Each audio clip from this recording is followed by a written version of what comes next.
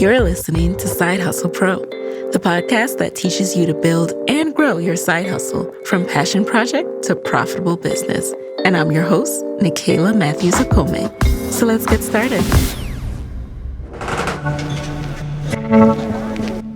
Hey, friends. Welcome back to the show. Today in the guest chair, I have Jasmine Taylor, the founder and owner of Baddies and Budgets, a financial education platform that aims to empower women of color who are struggling with their finances and feel hopeless. Jasmine has designed a platform that offers impactful education and tangible resources for budgeting, enabling women to use these tools with precision and purpose. Jasmine's tireless efforts have resulted in the growth of her Instagram community to over 160,000 followers and a TikTok community of 700,000 supportive women, all eager to learn and transform their financial lives. So in today's episode, you will hear how Jasmine started her own budgeting journey right on TikTok, showcasing the cash stuffing method that she uses and turned it into a business. Today, Jasmine is on pace to make over $2 million with her Baddies and Budgets physical product business and has major plans to provide hope and financial literacy to women and to guide them towards a better financial future. Let's get right into it.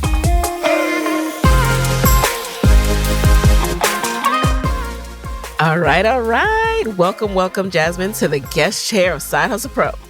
Thank you so much for having me. Thank you, of course, for being here. Like I was telling you in the pre-show, I'm just so inspired by your journey because I think it was unexpected for you, right? You just never kind of saw yourself on this path. And that's what I love about entrepreneurship and side hustling. You just never know where it will take you. So for those who are just getting to know you, can you share a little bit about when you were bitten by this entrepreneurship bug? I understand that there was a point where you had a degree, no job, student loan debt breathing down your neck. And tell us about how you felt then and how that led you to entrepreneurship. Honestly, I had, dabbled in entrepreneurship a little bit before I got into the personal finance world. But what really got me going was I was turning 30 and, that was a big year for me. And I felt like I was in the worst position I had ever been in. Finances were terrible, had a degree, no job, bad credit. It was just like, I can't live like this anymore. And so I literally told myself, this is my last year living like this. And I changed my life that year. What happened that year? Okay, take us through it. So before you created Baddies and Budgets, what was the career path you were pursuing, even though you didn't have a job? So I was going to school to become a teacher, right? Eventually, when I first started going, I wanted to become a doctor. Started working in a hospital and quickly realized that's not my journey. And so my sister was an educator and, I enjoyed it a little bit. So I was like, okay, I'll just do that. I knew it wasn't what I wanted to do, but, it's a job. And so it never ended up working out where I could do that. Things just didn't line up. And so I just started taking a look at my personal finances because I was like, I've got to do something. And so the journey to owning Baddies and Budgets started with me addressing my own personal finance issues. And in doing that and sharing that with the world, the business came about. So I understand you were sharing it on TikTok. What exactly were you sharing? So I was just sharing literally my own cash stuffing journey, different ways I like to save, the actual budgeting that I was doing. And it just took off. Like the very first video we posted, I think did 1 million views. And I was just like, oh, people are interested. And so I kept going. Interested. Now, I know a lot of people do cash stuffing videos though, Jasmine. So tell me, what do you think it was about your video, your personality? What really led that video to just take off like that? When I first started cash stuffing, it wasn't nearly as many people out there as there are now. I actually started on YouTube and there were 3 or 4 other women there doing it. So it was just kind of an accountability thing for me. But when I got to TikTok, I've always been very transparent about my journey. So when I had a lot of debt, they knew I had a lot of debt. They see the struggles, the ups and downs. I do not paint it up, honey. You get what you get. And I think that really resonates with people because as a Black woman coming from poverty, it can be really hard to relate to a lot of people in personal finance when you don't really see yourself or people who have been through what you've been through, look like they've even been through anything. And so it's kind of hard to ever see yourself even doing some of the things they do. And people get to see the real me. And, as like right now, I'm getting ready to try to purchase a home. They see the ugly part, the struggles, I just share everything with them. I feel like it's so important to be transparent and people resonate with it. Yes, that's so true. It's so, so important because especially around money, there's a lot of shame. Everyone thinks that they're just the worst at money. They're the only ones that have made mistakes or they have less saved than everybody else. And there's this shame around it that won't even allow people to get started. But when you find someone that's like, hey girl, I'll take the shame from you. Look, I'm at zero. I'm at negative. All right. Follow my journey. Then it allows you to, all right, let me take the first step too.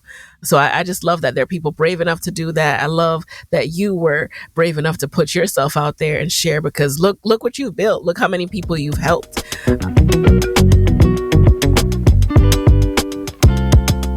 So tell us a little bit more about the cash stuffing thing because this was new to me too when I started seeing people do this, and it's still kind of is hard for me to wrap my mind around. Like, are you going to the bank and literally taking out thousands and just so you can put it in envelopes? Basically.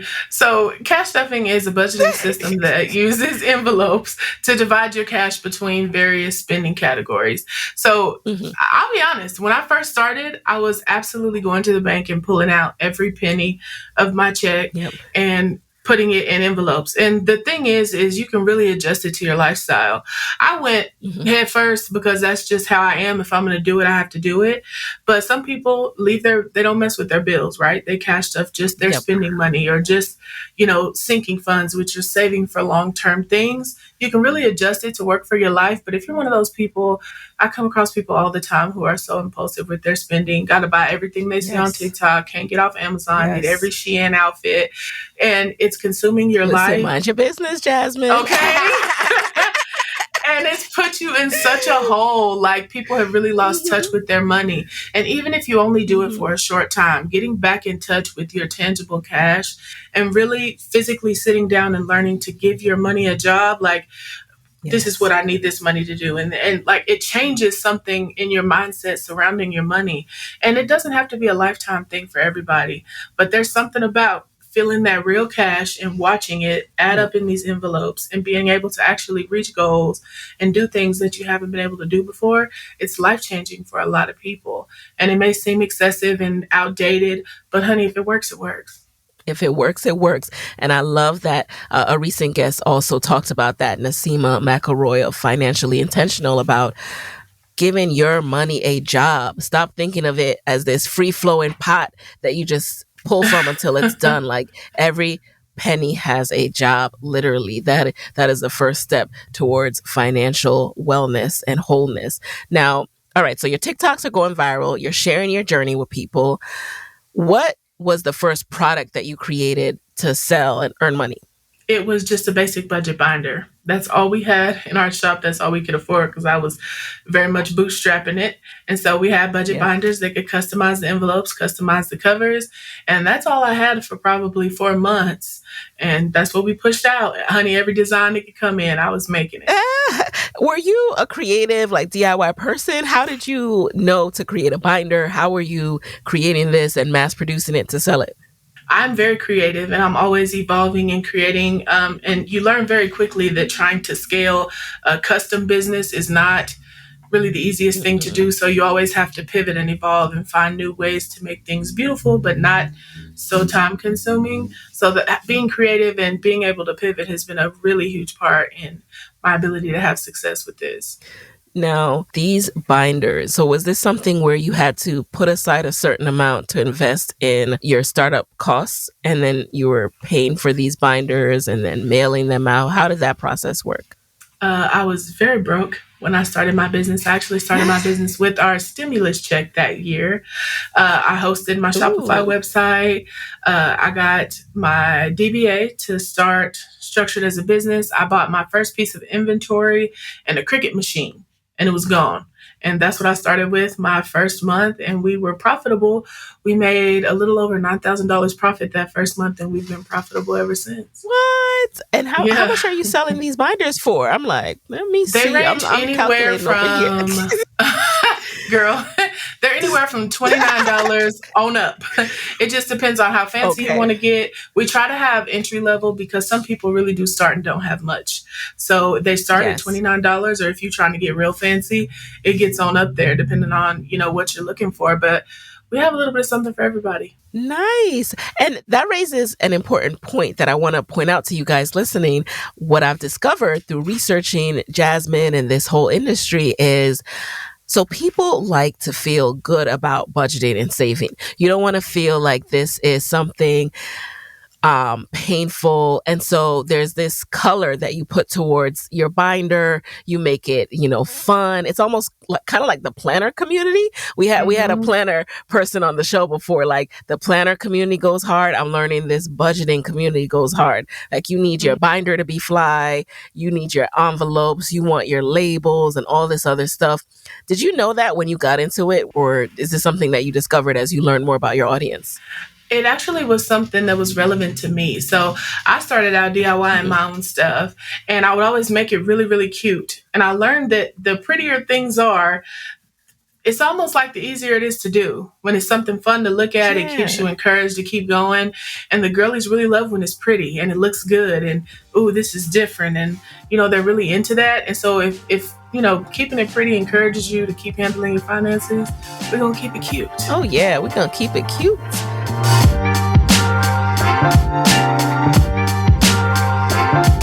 So you spent your stimulus check, you start the business, you're profitable right away. How did you hold yourself accountable to not start balling out and to start budgeting even more? I told you, there are very few decisions in my life that I've made and really stuck it out, but I was coming out of a really bad place, and I was determined that year. I was like, I'm getting this debt paid off, I'm getting my credit right. And so even though financially, the business was doing very well, I made sure to keep myself very diligent. I took only what I needed from the business, and the majority of that was paying off student loans and medical debt. I still to this day live like I work minimum wage. I haven't increased my lifestyle at all because it's almost like I'm playing catch up. And so I kind of am very laser focused. I haven't spent a whole lot of money, and I don't because I don't need to, because I have goals that I'm trying to reach outside of that. So it hasn't been hard for me at all because I remember what it was like when I was struggling, and I am not trying to go back there. Not trying to go back there. I saw that you only take a minimal salary from the business, and you're able to use the business to allocate funds elsewhere. So I just think that's so smart. Tell us a little bit about your process for inventory. So I understand that there are these highly awaited restocks that you guys do. How does that work? How do you manage that process and know when to mark things as sold out, even though you have a few? How does that work?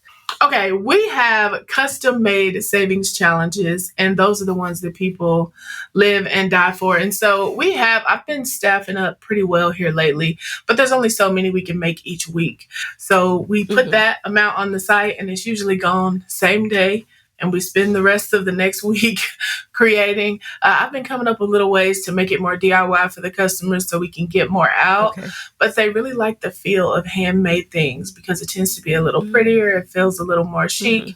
And so they do really well for us. So the restocks really build up buzz, and they're sitting there waiting when it's time to restock.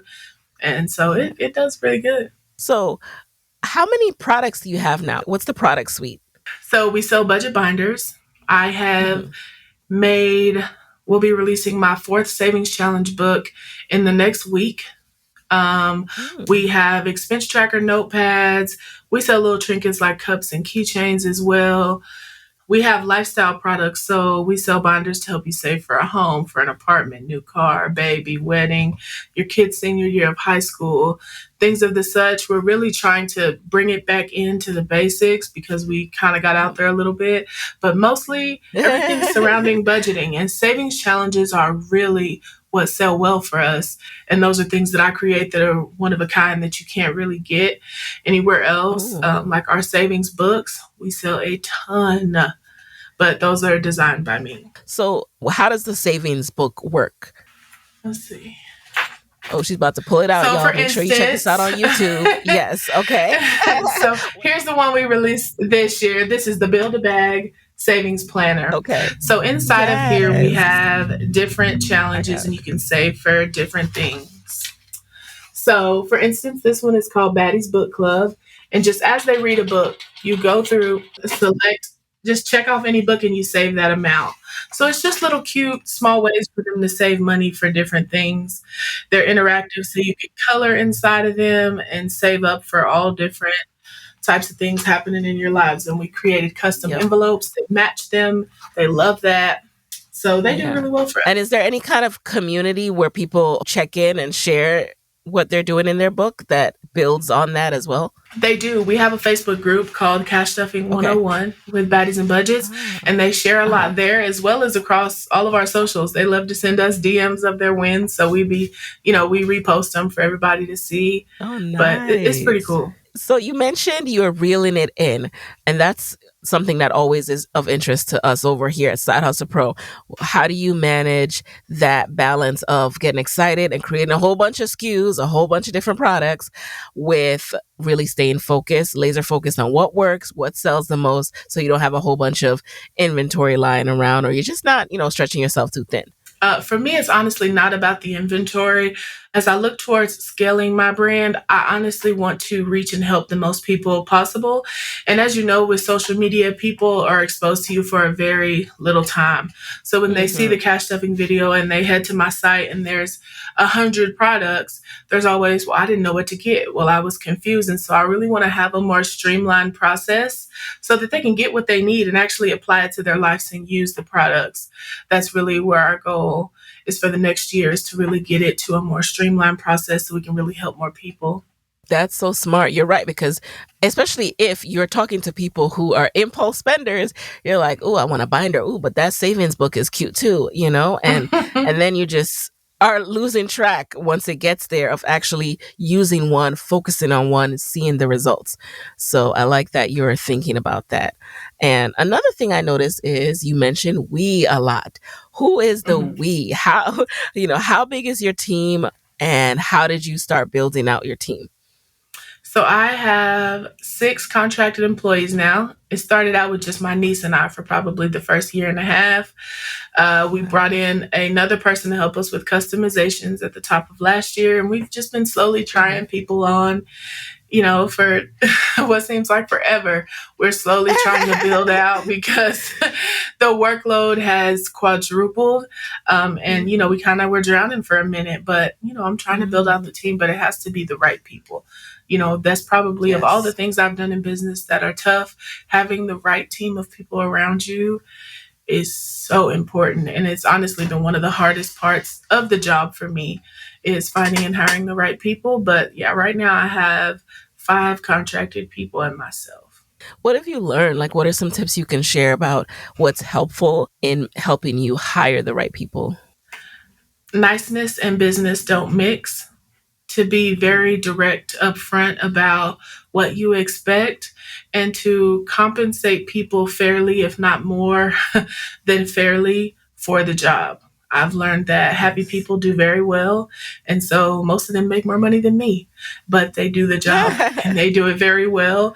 We have a pretty lax, I don't put them on schedules. They, work as they work, but they do a really great job of getting the work done, and the work is done correctly. And that's worked for me. When I tried just like being buddy and friendly and It doesn't work. Niceness in business, it just doesn't go together. You have to respect people, treat people fairly, but I'm your boss. And you know what I mean? You have to keep that. Yeah. You can't blur that line. People don't work well that way. People need structure and routine, and, they do better when you have boundaries structure. and boundaries. Ooh. And I also want to point out here that niceness and kindness are different. So I understand what you're talking about. You're not talking about being unkind to people.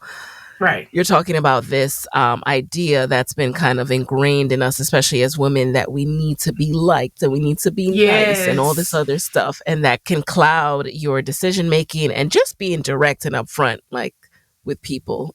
Being direct goes against the instincts and the things that have been ingrained in us about how to be nice. But you need to be direct and you need to be a boss. It's very true. And, they even do better with it. Like when I come in and I'm just like, hey, this is what we need to get done today. Here's ABC. Here's how you can do it. And be sure that you give the people the resources to do what they need to be able to do. That's one thing I always do is if there's an issue, I take accountability. I go back and look at, hey, did I prepare them? Do they have what they need? And if I've done all those things, then okay, we got to talk about it. But I think a lot of people try to lord over and manage people. And it's like, but you didn't even give them what they needed to be successful. Like, where's the blueprint? Where's the SOP? You know what I mean? And so I try to make sure I do all those things. I'm direct. I'm very kind. I pour into their lives.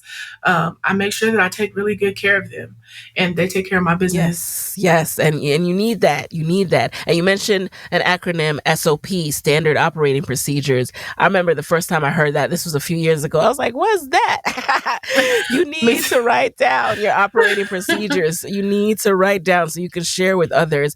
And all right, we're entrepreneurs, we're busy. Like, it doesn't happen right away, but eventually sometimes you can go back, 6 months into the year and say, all right, what have we been doing? What's new? What did I shift? What do I need to add to my SOPs that, haven't been updated in 2 years? Yes. And do it. Very true. When I started podcasting, I knew I wanted to sell merch. So I started small with one t-shirt. Now I'm selling t-shirts, hoodies, joggers, mugs, you name it. And it's so easy, all because I use Shopify. Shopify is the global commerce platform that helps you sell at every stage of your business. From the launch your online shop stage to the first real life store stage, all the way to the did we just hit $1 million stage. Shopify is there to help you grow. Whether you're selling beauty products or content planners, Shopify helps you sell everywhere. From their all-in-one e-commerce platform to their in-person point-of-sale system, wherever and whatever you're selling, Shopify's got you covered. Shopify helps you turn browsers into buyers with the internet's best converting checkout, up to 36% better compared to other leading commerce platforms, and sell more with less effort thanks to Shopify Magic, your AI-powered all-star. What I love about Shopify is no matter how big you want to grow, Shopify gives you everything you need to take control and take your business to the next level. Shopify powers 10% of all e-commerce in the US, and Shopify is the global force behind Allbirds, Rothy's, and Brooklinen, and millions of other entrepreneurs of every size across 175 countries. Plus, Shopify's award-winning help is there to support your success every step of the way. Because businesses that grow, grow with Shopify. Sign up for a $1 per month trial period at shopify.com/hustlepro, all lowercase. Go to shopify.com/hustlepro now to grow your business no matter what stage you're in. Again, that's shopify.com/hustlepro. If you're a small business owner, this is for you. Running a business is just plain hard. Endless to-do lists, employees to take care of, and your ever-present bottom line. So first of all, kudos to you for staying on top of it. And now I want to tell you about Gusto. Gusto builds an easier and more affordable way to manage payroll, benefits, and more. They help over 300,000 businesses by taking the pain out of tasks like automated payroll tax filing, direct deposit, health insurance administration, 401k, onboarding tools, you name it. Gusto makes it easy. And they really care about the small business owners they work with. Their support team is attentive and helpful. And since money can be tight sometimes, you'll even get 3 months free. Just go to gusto.com/SHP and start setting up up your business today. You'll see what I mean when I say easy. Again, that's 3 months of free payroll at gusto.com/SHP. Now, where did you learn all this? You said you were on the track to be a teacher, and here you are with all this business acumen, running, is it over 7 figures now? The last I saw, you were making like $850K. It will by be. the end of the summer, will be. Yeah. Where did you learn this business acumen and how to manage this $1 million business? Honestly, life has been really good to me. So along the way, I have been exposed to and met some people who on the back end, like bookkeepers and CPAs who have connections and help link me in with people or educate. Like, it's crazy. It's been people who like go and above and beyond to make sure that I understand certain things. And girl, this is how that works. Make sure you're doing that. And then I was selected for 1 Million Black Women through Goldman Sachs. And we went through a 12-week intensive with Goldman, and they pretty much teach you everything you need to know about small business. That's when I actually learned about SOPs, was in January. Okay. And they go through every facet of business. And I learned probably a bachelor's degree worth of business information in those 12 weeks.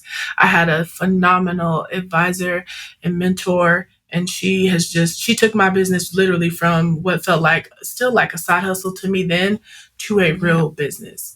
And you'd be surprised the little things you miss that you just don't understand or that you just don't see. And so I'm really grateful for that opportunity. But that Goldman Sachs 1 Million Black Women, that really changed our business and changed my mindset and really educated me on how to run a small business. Excellent program. We will link to that in the show notes, you guys. That is a phenomenal resource that you have shared. And you're right. There's so many small things you overlook, sometimes because you don't know, and sometimes because you feel like you don't have time in that moment. Like, I'll do that later. And if you really want to grow, you have to take the time to do those things to tighten up your business.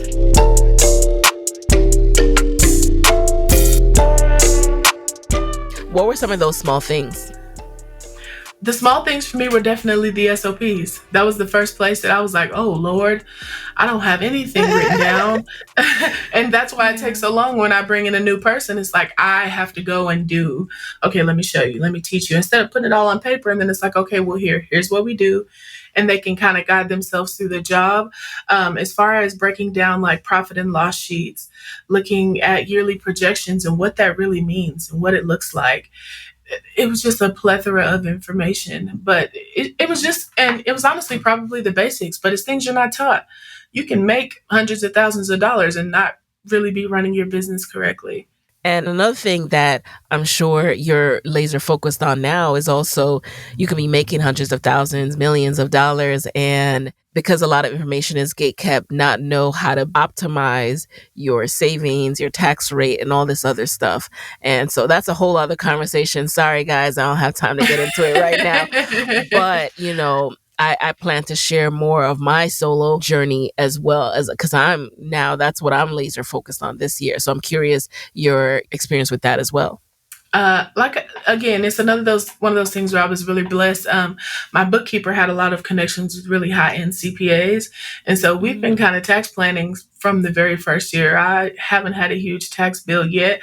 We do really well with managing and making the correct purchases throughout the year so that at the end of the year, it's not, Lord Jesus, but this year will be much larger than any year we've had. So I'm having to, learn about real estate and other things because if you don't spend that money, honey, they want it. And so they want it. Definitely get you a bookkeeper, find you a CPA that has worked with people in your revenue range. And that's really been key for me because you never know it all. So you have to delegate those things. How did you find yours? TikTok. Your bookkeeper? I found Brendan on TikTok. Yes. What? He was sharing breakdowns because he has like NFL players on his roster.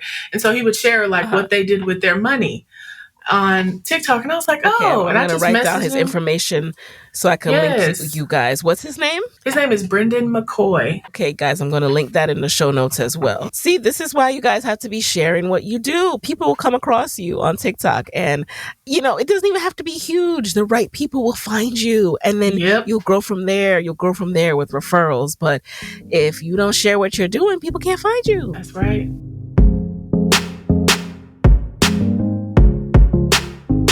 Now, what is your scale plan? It sounds to me, from what you've been talking about, that you have your eyes on scaling. What does that look like for you, and what's your plan to get there? Our first step is to go from this probably 2 million we'll do this year to 5 in the next 3 years.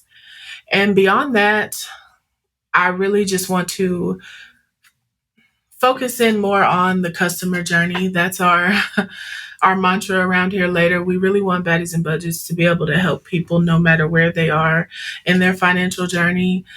We are hoping to work on a fintech product and just, continue to help people. I try not to focus on money because money is in abundance and it comes if you stay in your lane and you work hard. I've learned that if you stop looking at the dollar, it falls into place. But honestly, we haven't touched nearly the amount of women that we can.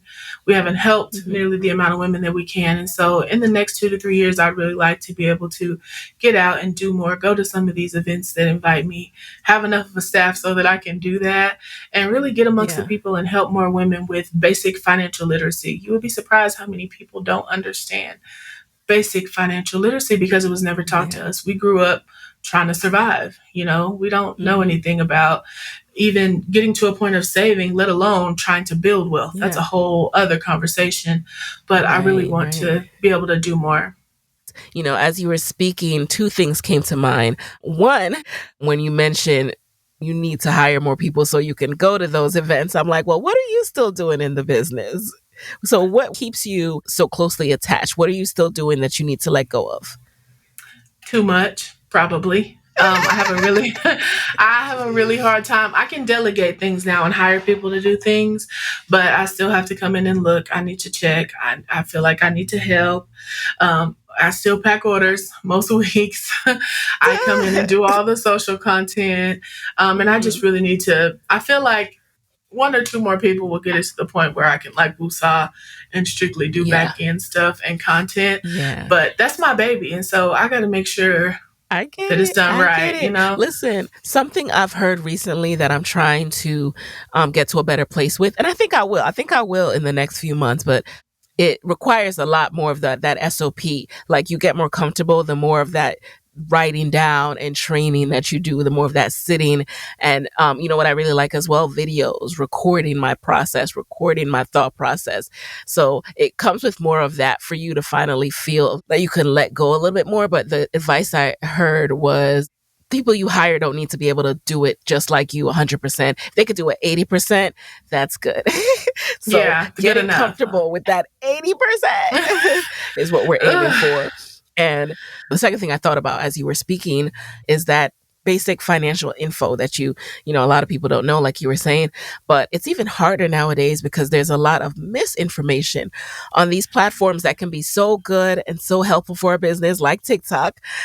But then there's also a lot of misinformation. Like, I remember last year, everybody was talking about how we all need to buy a Range Rover because we could claim it on our taxes. And it's like, y'all, wait. Dial it back, y'all. Come on. Don't have these people have you in trouble with the IRS. Don't have these people have you in debt for, $100,000 car. Like, let's talk through this. Let's strategize. Yeah. So there's a lot of misinformation going on. Let's talk about this. So let's just say, for example, the Range Rover bonus depreciation is what they're talking about there. I think also, as a consumer of any information, you need to be responsible enough to look up some of the things that you're hearing people say. Because people will say anything, especially on Beyonce's internet. They will get out there. Yes. And some of the stuff, I'm like, no way. And it really sucks. But in the era we live in, there's going to be more of that, as people can freely get online and say whatever it is. Just make sure you do your due diligence and don't go jump off the side of a mountain because they told you to. Even me or, anyone else, make sure that you do your due diligence. Pick and take from it what you can and apply it to your life. but don't take anybody's word as gospel, because, we're all people, and people tend to have motives, and you don't want people to get you in a crazy position.